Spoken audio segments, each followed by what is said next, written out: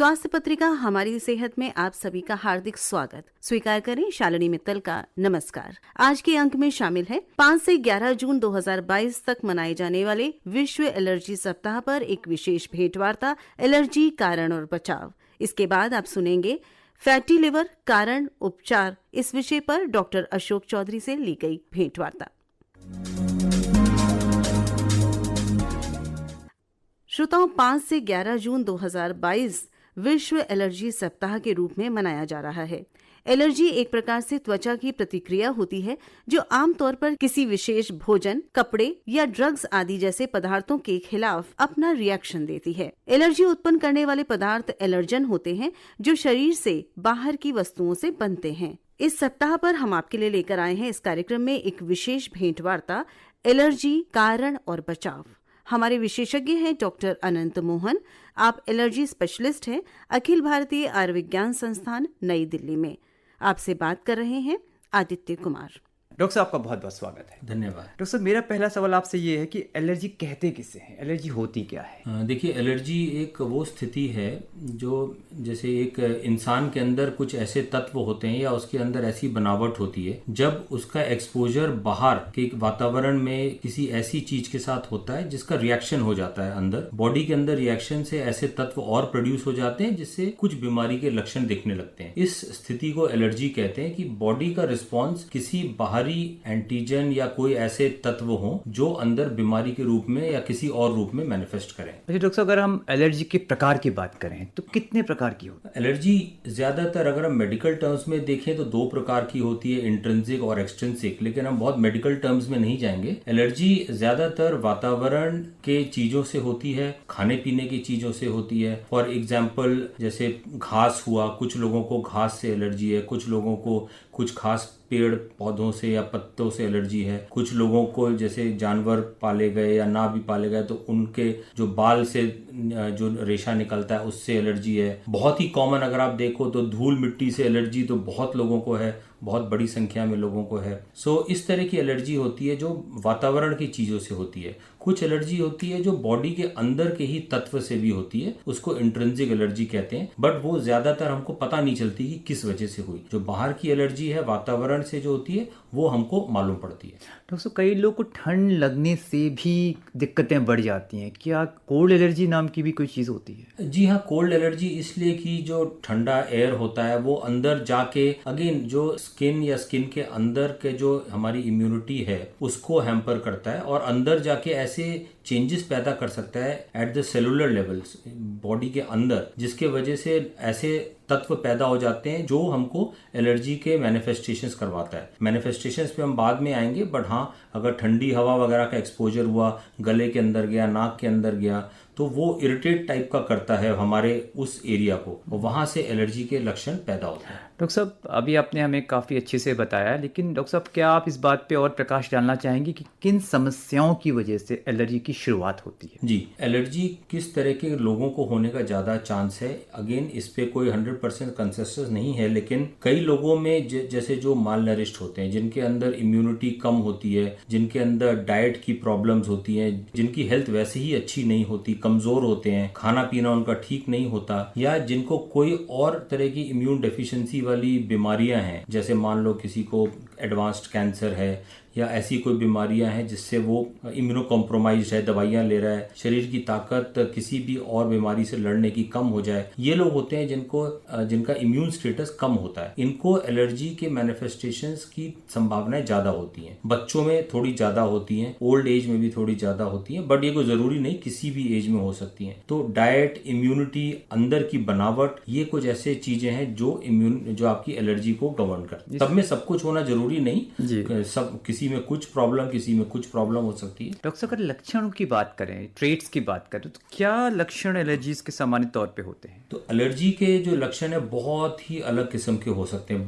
कभी कभी बहुत ही हल्के जो महसूस करना ही मुश्किल हो, कभी कभी बहुत ही सीवियर जो कि जानलेवा भी हो सकते हैं। अगर हम हल्के से शुरू करें, सबसे कॉमन जैसे होगा आदमी, जैसे घर के अंदर ही आपने चद्दर झाड़ दी, पुराने कपड़ों को निकाला, वूलन कपड़ों को निकाला, उसको झाड़ दिया तो एकदम से छींक छींकें आनी शुरू हो जाती हैं। उसके अंदर हाउस डस्ट माइट्स होते हैं, इस तरह के माइट्स और छोटे छोटे ऑर्गेनिज्म जिससे आप जब इनहेल करते हैं तो ये सब चीजें जो सांस की नली के अंदर जाती हैं और आपकी सांस की नली को इरिटेट करती हैं। तो ये एलर्जी जैसे छींके आना, एक बहुत कॉमन चीज है शरीर में जैसे खुजली हो जाना। आपने कोई जैसे ऐसा कपड़ा पहन लिया जिससे आपको एलर्जी हो गई, कुछ आपने ऐसा कुछ लगा लिया शरीर में, कोई क्रीम लगा लिया, कुछ और लगा लिया जो आपको सूट नहीं करी, आपको एलर्जी हो गई, खुजलियां शुरू हो गई। बहुत कॉमन है आपने कोई दवाई खा ली, ड्रग इंड्यूस्ड एलर्जी बहुत कॉमन है। कोई दवाइयां किसी भी वजह से आपने खाई, आपको सूट नहीं करी, आपको शरीर में खुजलियां होनी शुरू हो गई, शरीर में दाने आने शुरू हो गए, लाल लाल दाने या धब्बे आने शुरू हुए। तो स्किन मैनिफेस्टेशन बहुत कॉमन है। अपर रेस्पिरेटरी मैनिफेस्टेशन बहुत कॉमन है, जैसे मैंने बताया छींके आना, खांसी आना,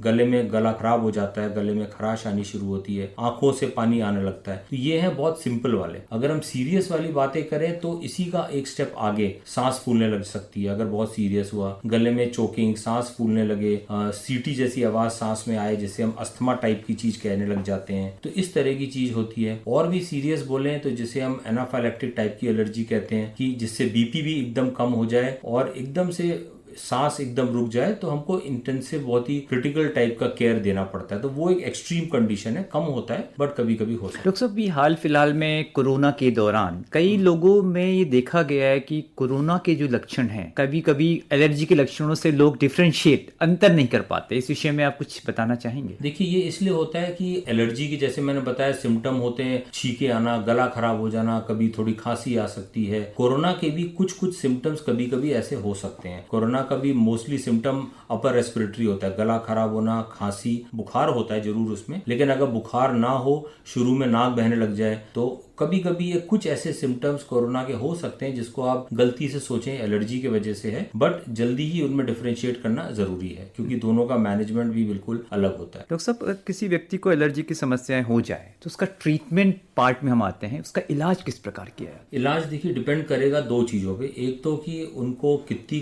गंभीर समस्या है वो, और दूसरा उसका कारण क्या है। कारण जानना भी जरूरी है, बट कई बार हमको समझना चाहिए कारण एकदम से पता नहीं चलता। तो पेशेंट आया, कोई भी पर्सन आया, उसको एकदम सर्दी जुकाम, उसको एकदम खांसी हुई, छींके आने लग जाए या स्किन में इचिंग, रैश हो जाए, तो पहले तो हम उसका ही इलाज करें। खुजली हो रही है तो उसके टैबलेट्स अवेलेबल हैं, अगर छींके आ रही हैं उसका टैबलेट्स अवेलेबल है। ये सब तब है जब बहुत ज्यादा मात्रा में हो। अगर कुछ ही घंटों के लिए होके फिर ठीक हो गया तो शायद कुछ जरूरत ना पड़े, बट अगर ज्यादा है तो उसके लिए इस तरह के उपचार और इलाज, सिंपल उपचार अवेलेबल है। बट अगर इससे ज्यादा कुछ हुआ, जैसे अगर सांस फूलने लगी बहुत ज्यादा, अगर ठीक नहीं हो रही, तब उसको हमें ट्रीट हॉस्पिटल बेस्ड करना पड़ेगा। शायद इनहेलर की जरूरत हो या और जो भी उपचार है उसकी जरूरत पड़े। और इम्पोर्टेंट है हम जानने की कोशिश करें ये हुआ क्यों और उस टाइम पे आदमी क्या कर रहा था जब ये प्रॉब्लम स्टार्ट हुई। तो हम उससे थोड़ा हिस्ट्री बहुत इंपॉर्टेंट है, उससे पूछना पड़ेगा आप उस टाइम क्या कर रहे थे, कि आपने क्या कुछ नई चीज ऐसे करी, कहीं आप ऐसी जगह पे गए, कुछ आपने ऐसा खाना खाया, आपने कोई ऐसी चीज हाथ में पकड़ी, कुछ ऐसा ट्यूब या मलहम दवाई खाई, कुछ लगाया स्किन पे। हिस्ट्री बहुत जरूरी है, और अगर उसके थोड़े देर बाद ये प्रॉब्लम हुई तो हमें समझ लेना चाहिए कि उस वजह से हुई, आगे फिर हमको उसे अवॉइड करना है। तो ये दोनों चीज हैंड इन हैंड जाएंगी। डॉक्टर साहब, इसकी जांच आप किस प्रकार करते हैं अगर किसी व्यक्ति को एलर्जी है या नहीं? इसके भी 2-3 तरीके हैं। कुछ सिंपल ब्लड टेस्ट हैं और कुछ ज्यादा स्पेसिफिक टेस्ट हैं। ब्लड टेस्ट होते हैं जैसे एक जनरली जानना चाहें कि आदमी में एलर्जिक टेंडेंसी है कि नहीं। कुछ ऐसे तत्व बॉडी के अंदर होते हैं जो एलर्जी टेंडेंसी बढ़ाते हैं। फॉर एग्जाम्पल जिसे हम कहें IgE, इम्यूनोग्लोबुलिन E, ये एक ऐसा मार्कर है जो ब्लड में मेजर किया जा सकता है। अगर ये बहुत हाई है तो हम एक तरीके से कह सकते हैं कि शायद उसके अंदर टेंडेंसी है एलर्जी की और एलर्जी होने की। ये एक मार्कर। एक होता है ब्लड में इओसिनोफिल काउंट। इओसिनोफिल्स भी ऐसे तत्व होते हैं जिससे कभी कभी एलर्जी के साइड उसका कोरिलेशन होता है। ये सिंपल तरीके से मेजर कर सकते हैं। अगर हमें और स्पेसिफिक होना है कि किस खासी चीज के वजह से एलर्जी है तो उसके भी अवेलेबल टेस्ट हैं, कुछ ब्लड में हैं, और एक स्किन प्रिक टेस्ट होता है। स्किन प्रिक टेस्ट होता है जिसमें हम इन कई एंटीजेंस का जिनसे हमको एलर्जी होने का डाउट होता है उनका एक छोटा सा सॉल्यूशन बनाते हैं। वो सॉल्यूशन हम स्किन में एक छोटा सा प्रिक देके वहां पे डाल देते हैं, बहुत छोटा, वो पता भी नहीं चलता, दर्द नहीं होता, और उसका हम रिएक्शन देखते हैं। तो ऐसे 20-25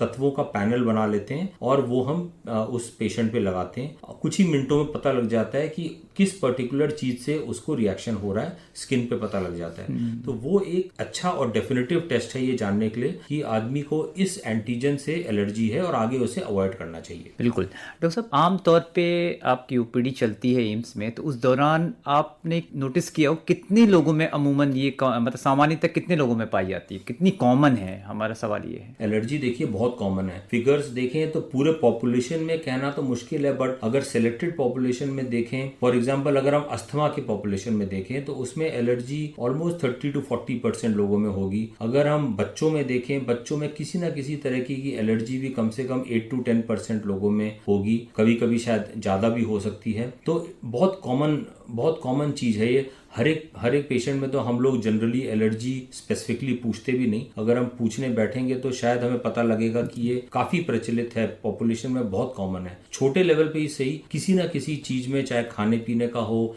चाहे वातावरण का हो, और कुछ नहीं तो डस्ट और धूल मिट्टी से ही हो, हर एक को कुछ ना कुछ लेवल की एलर्जी बहुत कॉमन। डॉक्टर साहब, एनाफिलैक्सिस की काफी नाम आया था हाल फिलहाल में वैक्सीनेशन के दौरान भी। इस बारे में, इस एलर्जी के बारे में थोड़ा हमें बताएं, और क्या अगर किसी को हो जाए तो उस दौरान किस तरीके से मैनेजमेंट हो सकता है? देखिए, एनाफाइलैक्सिस एक ऐसा लाइफ थ्रेटनिंग कंडीशन होता है जिसमें कोई भी चीज जो बॉडी को एक्सपोजर हो तो बॉडी बहुत एक्सट्रीम तरीके से रिएक्ट करती है। एक्सट्रीम मतलब कि उसके अंदर लाइफ थ्रेटनिंग इवेंट्स होने लग जाते हैं। इसका प्रेजेंटेशन होता है एकदम से पेशेंट की सांस फूलने लगती है, उसको लगता है गले में चोकिंग, गला बंद, सांस नहीं आ रही, साथ ही साथ उसका बीपी फॉल हो सकता है, इतना फॉल हो सकता है कि वो बेहोश हो जाए। तो ये एक तरह का लाइफ थ्रेटनिंग कंडीशन है जिससे जान भी जा सकती है। हेंस कभी भी ऐसा कुछ ट्रीटमेंट, जैसे हम कोई दवाइयां अंदर देने से, कोई इंजेक्शन दे दिया, उससे एनाफाइलैक्सिस हो सकता है अगर बॉडी रिएक्ट कर गई तो। अच्छा, कभी कभी फूड एलर्जी से, कुछ ऐसे फूड भी होते हैं तत्व जिससे बड़ा सीवियर रिएक्शन हो सकता है, तो ये सब वेल नोन है। इस टाइम पे इसका इलाज तो यही है, या तो हॉस्पिटल या कम्युनिटी में तो मुश्किल है। हॉस्पिटल में एड्रेनालिन दिया जाता है, एयरवे को सिक्योर किया जाता है, फिर उसको हम लोग जो आईवी फ्लूइड्स देते हैं, किसी तरह से उसका सर्कुलेशन बचाते हैं। तो ये एक बहुत extreme life threatening form of sensitivity reaction है, hyper sensitivity reaction to any particular allergen. लेकिन डॉक्टरी सलाह से इसको मैनेज किया जा सकता है। डॉक्टर साहब, अंत में आप कोई मैसेज देना चाहें, क्योंकि इस एलर्जी सप्ताह के दौरान आम हमारे सुनने वालों को? देखिए, मैसेज यही, एलर्जी हम सब जानते हैं काफ़ी प्रचलित है, पॉपुलेशन में काफ़ी उसका ज़्यादा परसेंटेज में लोगों को है। छोटे लेवल पे ज़्यादातर ये माइल्ड होता है, कभी कभी सीवियर होता है। कभी कभी एलर्जी का, जैसे अपने डिपार्टमेंट से मैं रिलेट करूं, एलर्जी और अस्थमा का बहुत क्लोज एसोसिएशन है। तो अस्थमा के पेशेंट्स को खासकर एलर्जी के लिए अपने आप को टेस्ट कराना अच्छी बात रहेगी, ताकि वो समझ सकें कि कहीं उनको एलर्जी से ही तो नहीं सिम्टम हो रहा है। कभी कभी एलर्जी और अस्थमा को हम गलत तरीके से अस्थमा बना देते हैं, होता एलर्जी है। तो अब अगर आपको कुछ भी लगे, किसी भी चीज से आपको दिक्कतें हो रही हैं, किसी खास कपड़ा, खास खाना या एटमॉस्फेयर में कोई खास ऐसी चीज, तो उसकी चेक करा लें। उसका काफी हद तक बचाव हो सकता है। इम्यूनोथेरेपी से उसका ट्रीटमेंट भी हो सकता है, उसके बारे में डिटेल में नहीं गए, वो भी एक ट्रीटमेंट की मोडालिटी है। इम्यूनोथेरेपी लॉन्ग टर्म ट्रीटमेंट है जिससे हम इसका इलाज कर सकते हैं। तो सबको इसके बारे में पता होना चाहिए, यही मेरा मैसेज है। और अगर आपको लगे, जल्दी इसको टेस्ट कराएं और इसका इलाज भी काफी हद तक हो पाएगा, या कम से कम बचाव करने से आप आगे की प्रॉब्लम से बच सकते हैं। बचाव करें तो वो भी एक इलाज ही है। Prevention is always better than cure. Doctor साहब, आप हमारे स्टूडियो आए, आपने हमें इतनी महत्वपूर्ण जानकारी दी, आपका बहुत बहुत धन्यवाद। धन्यवाद। एलर्जी, कारण और बचाव। अभी आप अखिल भारतीय आयुर्विज्ञान संस्थान नई दिल्ली के allergy expert doctor Anant Mohan से ली गई भेंटवार्ता सुन रहे थे। विषय था एलर्जी, कारण और बचाव। कार्यक्रम में आगे सुनते हैं फैटी लिवर, कारण और उपचार। इस विषय पर senior hepatologist, head liver sciences से ली गई भेंटवार्ता डॉक्टर अशोक चौधरी हमारे स्टूडियो में।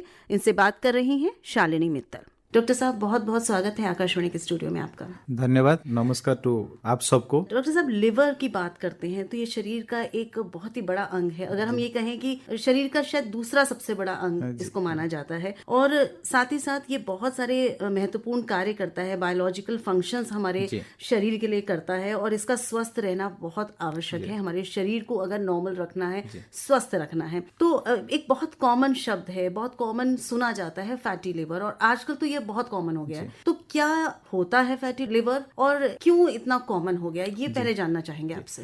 फैटी लिवर जो हम बात करते हैं, इसका मतलब होता है कि लिवर में फैट जमा होना, जिससे हम आजकल दुनिया में देखते हैं कि आपने पूछा और एक की कारण क्या होता है, तो इसमें मैं यही बताऊं कि जैसे डायबिटीज हो गया, मोटापा हुआ, अल्कोहल एंड कुछ कारण होती है थोड़ा सा हेपेटाइटिस की, कुछ इन्फेक्शन से होता है। बट जो बोले कि अभी हमने इतना कॉमन क्यों हो गया, हम इसको सोचे तो इंडिया में जो इतना स्टडीज आया हुआ था 8 से लेके 32%, मतलब कि हर तीसरी बंदा हमारे फैटी लिवर से आक्रांत हो रही है। और ये जो फैटी लिवर हम बता रहे कि हर तीसरी बंदे को होने का, ये स्टडी जो बताया था वो थोड़े से अर्बन बेस्ड थे। अभी जैसे हम लोगों को लगता है कि मोटापा होने से लिवर होता है, डायबिटीज होता है, ये सब बीमारी थोड़े अच्छे खानदान वाले लोगों को होना है। बट ये बीमारी जो है भारत की गांव तक भी चले गए। आज की डेट में रूरल कंपाउंड में 20% लोगों में भी फैटी लिवर पर्टिकुलरली मोटापा का आ रहे हैं। और तीसरी इंपॉर्टेंट हुआ कि हमारा बच्चों, आजकल देखे कि बच्चे लोग भी मोटा हो रहे हैं। हर अभी एक स्टडी जैसे बताते स्कूल में 8% बच्चे मोटे होते हैं। तो यही बच्चे जब भी मोटे अभी इससे शुरू से होते, इनकी भी लिवर की प्रॉब्लम शुरू होता है। खाली लिवर नहीं, मोटापा से बाकी सारे प्रॉब्लम्स होते हैं। तो आज मैं यही बताऊं कि कितना कॉमन इसी के लिए हुआ है। पहला चीज है कि हमारा मोटापा जो बता रहे कि इंडिया में अभी बढ़ते जा रहे हर कदम में। फिर उसके बाद है डायबिटीज। डायबिटीज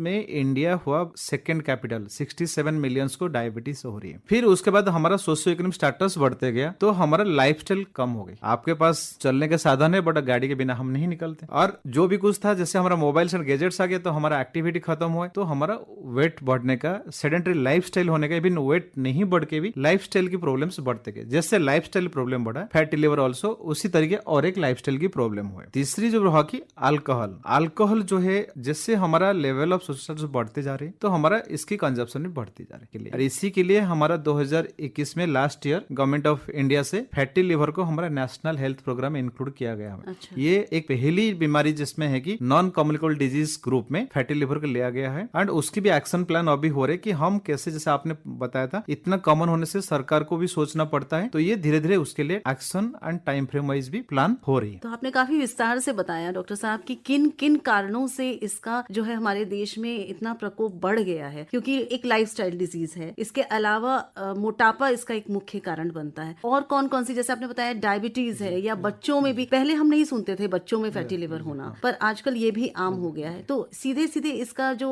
कनेक्शन है ये मोटापे से एंड लाइफस्टाइल से है। उसमें एक 3 चीज बताऊंगा। सबसे इंपोर्टेंट चीज हमारा हुआ कि डायबिटीज एंड मोटापा, ये दोनों मिलकर तो एक खतरनाक कॉम्बिनेशन हो गया। तो डायबिटीज होने से फैटी लिवर होने का चांसेस होता है 100 में 40 लोगों को। जब डायबिटीज और मोटापा इकट्ठा होते हैं, फैटी लिवर होने का प्रॉब्लम 60% से ज्यादा होता है। बंदे को कोई दिक्कत नहीं होती, बट लिवर में फैट जमा होते है। और उतना भी नहीं, उसमें 20 लोगों में लिवर की जो हम बोलते हैं फाइब्रोसिस, लिवर सुकड़ना शुरू होती है। और 10% लोगों में ये सीरोसिस होता है, जिसको पता भी नहीं चलता, हम हेल्थ से पता चलता है। तो ये डायबिटीज मोटापा कॉम्बिनेशन होने से ये और बढ़ गया। फिर और एक इंपॉर्टेंट हुआ, जैसे हम देखते हैं थोड़ा सा हम मोटे हैं और लाइफस्टाइल अच्छा सा है और डायबिटीज है और उसके साथ हमारा अल्कोहल हो गया, तो तीनों मिल गए, तो तीनों हमारे लिए लेथल ट्राई हो जाते, फिर इसकी प्रॉब्लम और ज्यादा होती। और इंपॉर्टेंट जो सेकंड हुआ कि फैमिली हिस्ट्री और जेनेटिक बैकग्राउंड। सपोज हमारे घर में किसी को डायबिटीज, ब्लड प्रेशर, मोटापा, हार्ट की प्रॉब्लम है, तो हम जेनेटिकली प्रीडिस्पोज हो से ऐसे लाइफस्टाइल प्रॉब्लम होने के लिए। एंड डे बाय डे ये चीज बढ़ रही है। जैसे आप देखेंगे मेरे फादर में कुछ प्रॉब्लम नहीं था, अभी मेरे जनरेशन में मेरे को डायबिटीज हुआ, अभी मेरे बच्चे को यंगर से फैटी लिवर हुआ, हार्ट की प्रॉब्लम हुआ। देन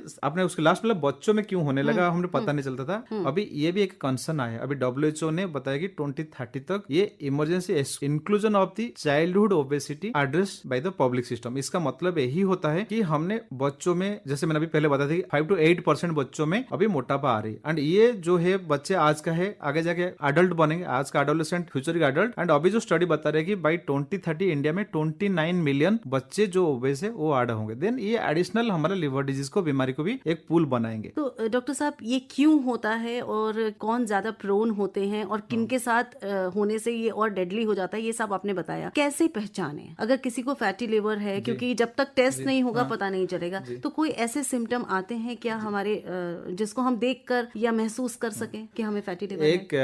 एक अच्छा भी बोल सकते हैं और बुरा भी बोल सकते हैं कि जो फैटी लिवर के बारे में बात करते हैं उसमें से 100 में 60 लोग में कोई सिम्टम्स नहीं होता है। तो हमने टेस्ट करने के लिए जब जाते हैं, कब जाते हैं, जब भी हमारा कोई दिक्कत होती है, तो मैक्सिमम टाइम फाइंडिंग हो जाती है। सो इसी के लिए मैक्सिमम पता चलते हैं कि हमने एसिम्प्टोमेटिक, सपोज आप गए थे, कोई सिंपली गैस की प्रॉब्लम हुआ कि ऐसे रूटीन हेल्थ चेकअप आने वाला, तो उसमें ये पता चलता है। बट उसमें एक ग्रुप होते हैं सिम्टम सिम्टम्स जो होते हैं वो बहुत माइल्ड होते हैं, जैसे कि थोड़ा सा हमारा लिवर जैसे राइट साइड में तो भारीपन थोड़ा सा होना, या कॉमनली हम लोग सबको एसिडिटी बता रहे, गैस्ट्राइटिस बता रहे, ये फैटी लिवर की थोड़ी सी प्रॉब्लम होती है। और इंपॉर्टेंट होते हैं जैसे फैटी लिवर बता रहे तो फैट लिवर में जैसे जमा तो बॉडी में भी होता है, तो उसमें क्या होता है हमारे थोड़े से सुस्त लगते हैं, हम इसको बोलते हैं मेडिकल में फैटिक, थोड़ा सा काम में थकान महसूस करना, आप जैसे थोड़ी सी चलने के बाद बिल्कुल बढ़ जाना, ये चीज होता है कि कोई बीमारी आपको नहीं है बट आपको एक आलसपन की तरह लगता है कि आपको लगता है मैं आलस हूं, बट वो दैट इज बिकॉज ऑफ की बॉडी में आपकी सिस्टम ऐसे हो गया कि आपको थकान थोड़ा सा इजी फैटिगेबिलिटी हम बोलते हैं हो जाता है। ये हो गया सिम्टम्स होने के बाद जो बता रहे, और ये हुआ एसिनोमेटिक। बट सबसे इंपॉर्टेंट आपने जो पूछा था अभी कि हमने कैसे पता करेंगे, तो इसमें हमारा सबसे इंपॉर्टेंट होता है जैसे मैंने बताया जो सबसे कॉमन होता है कि हमारा मोटापा है। हम मोटापा कैसे जानेंगे? सबसे सिंपल फॉर्मूला जो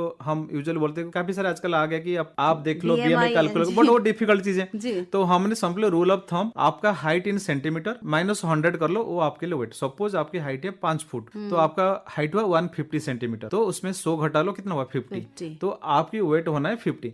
तो मैं आपके माध्यम में वही बताऊं, सब अपने एक स्टिकर लगा लीजिए कि मेरा हाइट इतना है, सपोज मेरा हाइट 165 है तो मेरा वेट 65 से ऊपर। मतलब बहुत आसानी से आप इसको याद भी कर सकते हैं। हाइट सबको पता होती है अपनी, उसमें से 100 माइनस करेंगे तो 1 को हटा दो, 165 सेंटीमीटर से 1 निकाल जी, तो ये हमारा आइडल वेट होना चाहिए। इससे कितना मार्जिन नहीं, उससे मार्जिन तो नहीं है, बट हम उससे है कि उसके ऊपर है तो वी शुड थिंक ऑफ कि we are little bit over it, सबको ऐसे नहीं होता है, तो ये चीज होना है। फिर उसमें ऊपर है तो हम बीएमआई को देख सकते हैं, बीएमआई ग्रेडिंग होती है 1 2 3, वो हो गया मोटापा होते तो थोड़ा सा फैटी लिवर रिस्क। सेकंड है डायबिटीज, लॉन्ग स्टैंडिंग डायबिटीज हमारा है, थोड़ा कोलेस्ट्रॉल बढ़ के आ रही है, तो ये चीज होता है। और थर्ड इंपॉर्टेंट चीज होता है हमारे जो ट्रंकल ओबेसिटी, जो पेट बाहर निकलना, हम बोलते हैं खाते पीते घर के बच्चे, वो हमारा जब पेट बाहर दिखाई दिया आपके 60 से बाहर, तो इसका मतलब थोड़ी सी फैटी लिवर की चांसेस हो सकता है। यही कुछ सिम्टम्स है, तो इवन फैटी लिवर के सिम्टम नहीं होके हम टेस्ट करके इसको अर्ली फेज में पता कर सकते हैं। और अर्ली फेज में पता करना क्यों जरूरी है, जैसे मैंने बताया कि लिवर की बीमारी में जो सबसे एंड स्टेज होता है फाइब्रोसिस और सिरोसिस, वो भी बिना सिम्टम से पता चलता है। तो बट उसके लिए हमारे पास एक बिग मार्जिन होता है 15 to 20 ईयर्स, तो that's why if we have the high risk symptoms, हम इसको थोड़ी सी स्क्रीनिंग कराना जरूरी है। स्क्रीनिंग कैसे की जाती है? जी, तो स्क्रीनिंग के लिए सबको करना बहुत डिफिकल्ट है, तो इसमें हम जैसे आपने पहले बताया हाई रिस्क ग्रुप हम जो भी होते हैं, जो मैंने बताया that could be high risk groups होते हैं। सेकंड होता है एक annual health checkup. I think most of the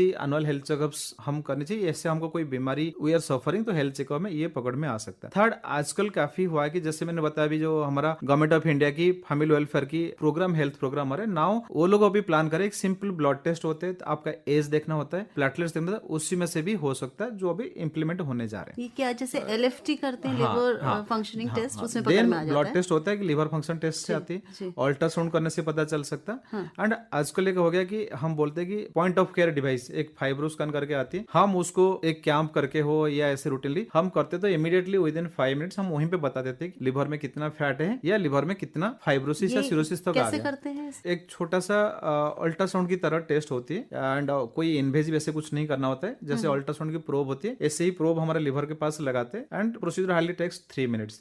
तो उसमें बता देते हैं कि लिवर में फैट ज्यादा है कितना है, तो ग्रेडिंग आ जाती है ग्रेड 1 2 3 करके, या उसके चलते लिवर में थोड़ा सा ड्राइनेस फाइब्रोसिस आ गया, उसमें भी पता चल जाता है। डॉक्टर साहब, आपने बताया कि ज्यादातर मोटापा जो है वो उसका कारण बनता है, और इसलिए मोटे व्यक्ति जो है वो अपना एनुअल टेस्ट कराते रहें, कोशिश करें जानने की। क्या जो पतले लोग हैं, लीन टेंडेंसी वाले लोग हैं, उनको ये हो सकता है? जी, अभी हमने जैसे बात किया कि अभी सारी चीज मोटापा, कोलेस्ट्रॉल, डायबिटीज के बारे में बात किया। हाँ, ऐसे ही होता है कि मोटापा नहीं होके होता है, हम इसको बोलते हैं लीन फैटी लिवर, मतलब हम पतला होके हो सकता है। एंड ये मोस्ट ऑफ दी कॉमन जो होती है हमारे eastern part of the India में बहुत ज्यादा कॉमन होता है। एंड उसमें एक चीज देखा गया कि मोटा नहीं होने के बाद भी हमारा खाने में जो होते हैं कार्ब ज्यादा होते हैं, कार्बोहाइड्रेट बेस्ड होते हैं, राइस या गेहूं based most of the diets होता है कि हमारा जो डाइट एक बैलेंस होनी चाहिए, मैक्सिमम नहीं होता, तो उसमें इसका थोड़ा सा फर्क आने से ये चीज पता चलता है। तो ऐसे बीमारी देखे तो इट इज मोटापा का ही है, बट ऑल्सो पतले लोग भी उसमें स्पेयर नहीं है, बट उसको डिटेक्ट करना थोड़ा डिफिकल्ट होगा। तो इसी के लिए सपोज हमारा कोई टेस्ट में पता चलता है, देन हम उसके लिए रेमेडी लेना है लीन फैटी लिवर। जी डॉक्टर साहब, प्रेगनेंसी में इसके चांसेस क्या चांसेस हैं? क्योंकि प्रेगनेंसी है, महिला वैसे ही वेट गेन करती है, उसके बाद भी वेट गेन होता है, तो उसको इससे कहना कि मोटापा है, थोड़ा एक दिमाग में आ रहा था प्रश्न, तो मैंने सोचा आपसे पूछूं कि क्या पॉसिबल है? हाँ, बहुत अच्छा क्वेश्चन। प्रेगनेंसी में हमारा एवरेज थोड़ा सा वेट गेन होता है, बिकॉज एक तो बॉडी की फिजियोलॉजी चेंजेस होती है, फिर घर में सबका प्यार होता है, खाना भी ज्यादा मिल जाता है, और उसके साथ होता है कि हमारा एक्टिविटी भी रिड्यूस होती है। तो ये 3 चीज होने से मोटापा होता है, बट ये मोटापा डायरेक्टली कोरिलेट नहीं करते फैटी लिवर होने के लिए। हम सपोज प्री प्रेगनेंसी प्रेगनेंसी मोटापा हमारे पास या फैटी लिवर्स था, या उसके बाद जो हमारा पोस्टमार्टम हम बोलते हैं कि डिलीवरी के बाद हमारा वेट रिडक्शन होनी चाहिए, एक्टिविटी होने काफी हो नहीं पाता है because of the lot of things, social भी बोल सकते हैं, अपना पर्सनल भी एक होता है और बॉडी लेवल आता है, तो नहीं होने से तो मैक्सिमम क्या होता है ना, मोटापा रह जाता है। और एक होता है प्रेगनेंसी में हमारा एक डायबिटीज होती है, हम बोलते हैं गेस्टेशनल डायबिटीज, इसमें से अराउंड 70% ठीक हो जाता है प्रेगनेंसी, बट उसके बाद कुछ ग्रुप में वो रह जाता है, तो ये भी एक रिस्क फैक्टर होता है फैटी लिवर बनाने के लिए। डॉक्टर साहब, बात कर ली क्यों होता है, कैसे टेस्ट किया जाता है, क्या इसको बचाया जा सकता है, थोड़ा सा और बताएं कि हाउ टू प्रिवेंट। सबसे पहले तो मैं बताऊं कि फैटी लिवर जैसे आपके माध्यम में बोलूंगा कि ये बीमारी नहीं है, फर्स्ट ऑफ ऑल थिंग ये हमारा एक लाइफस्टाइल प्रॉब्लम है, लाइफस्टाइल प्रॉब्लम, और हमने कारण तो अच्छा सा पता कर लिया है, तो ये हमको इम्प्रूवमेंट होनी है। सबसे इंपॉर्टेंट हमारा होता है कि जो आज के जमाना है कि सेडेंटरी लाइफस्टाइल, हमारा यही रिक्वेस्ट है, आई थिंक WHO ने बताया एटलीस्ट 30 मिनट से डे 5 डेज ए वीक, और आजकल काफी अच्छा हमने देखा है कि काफी कभी ऑर्गेनाइजेशन से उन्होंने किया कि 10,000 स्टेप्स आपका पर डे नहीं होता है तो आपकी हाफ डे लीव लग जाएगा। So these are the enforcement agency, तो will try out our best करने के लिए, एक्टिविटी के लिए। सेकंड होता है कि हमारा एक्सरसाइज में इसमें मैं बताऊंगा, हम जब एक्सरसाइज कोशिश करते हैं ये होता नहीं, आपका ट्रेडमिल आता है तो 6 महीने होते उसको कपड़ा टांगते हैं क्योंकि मोटिवेशन नहीं होता है। एंड यही बताऊंगी, चाहे एक्सरसाइज बोले, जिम बोले, जो भी करना होता है, first 3 months is very tough. हमने 3 महीने कर ली तो it becomes a habit, and जब भी हमने इसको 6 महीने तक रगड़ के ले लिया तो it become a part of life, उसके बाद हम बंद नहीं कर सकते। सो ये चीज बहुत इंपॉर्टेंट होता है लाइफस्टाइल हिसाब से हम करने के लिए। फिर हाँ, वेट रिडक्शन जैसे हम सोचते हैं कि कितना करना, जैसे मैंने बताया फॉर्मूला, तो काफी लोग तो उसमें डर जाएंगे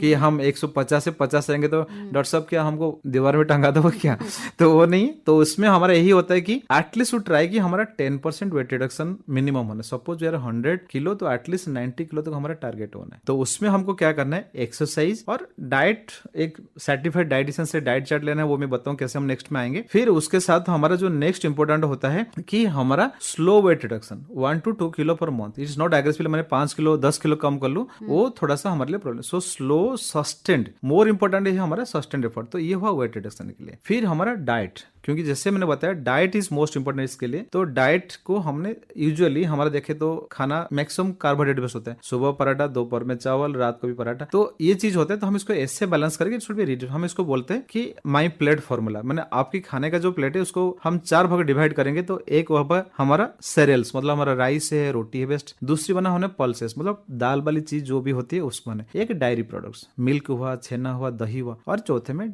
फ्रूट्स एंड सैलड्स हो सकते हैं। तो ये हो गया डाइट, एक्सरसाइज एंड इसके ऊपर। देन हमारा नेक्स्ट होती है कि मेडिकेशंस के माने, तो मेडिकेशन के लिए हम फैटी लिवर ट्रीटमेंट बोलते हैं। तो 80% of treatment is by this lifestyle measures only. बाकी आजकल कुछ मेडिसिन आए हैं कि काफी लोग होता है कि वेट रिडक्शन के लिए कैसे हेल्प करना डाइट से, तो होना मुश्किल होता है। तो हम थोड़ी सी फैटी लिवर रिलेटेड कुछ दवाई है जो कि इफेक्टिव होते हैं, बट जब तक वेट कम नहीं होता उसका इफेक्टिव नहीं होते। तो मेडिकेशन से, बट मेडिकेशन हम यहाँ से तो डिस्कस नहीं होते, बट आई कैन से कि आपने फैटी लिवर हुआ है, आपने डाइट मॉडिफाई करा, आपका एक्सरसाइज और वेट फिर भी ठीक नहीं हो रहे, तो हमने एक लिवर स्पेशलिस्ट डॉक्टर को दिखानी है। उसमें कुछ मेडिसिन से वो इफेक्टिव होंगे, बट मेडिसिन की इफिकेसी आती है जब हमारे साथ diet and weight reduction possible होता है। पर इसको रिवर्स किया जा सकता है, फैटी लिवर को ठीक किया जा सकता है। आपने बताया कई तरीके से, अगर हम नहीं कर पाते हैं तो मेडिकेशन से फिर इसको रिवर्स किया जा सकता है। डॉक्टर साहब, बहुत सारी बातें आज हमने जानी आपसे फैटी लिवर के बारे में, और निश्चित तौर पर हमारे जो श्रोता इस कार्यक्रम को सुन रहे हैं वो लाभान्वित हुए होंगे। आपने समय निकाला, आप स्टूडियो में आए, हमारे साथ रहे डॉक्टर अशोक चौधरी जो लिवर स्पेशलिस्ट हैं नारायणा सुपर स्पेशलिटी हॉस्पिटल में। डॉक्टर साहब, चलते चलते कोई संदेश हमारे श्रोताओं के नाम?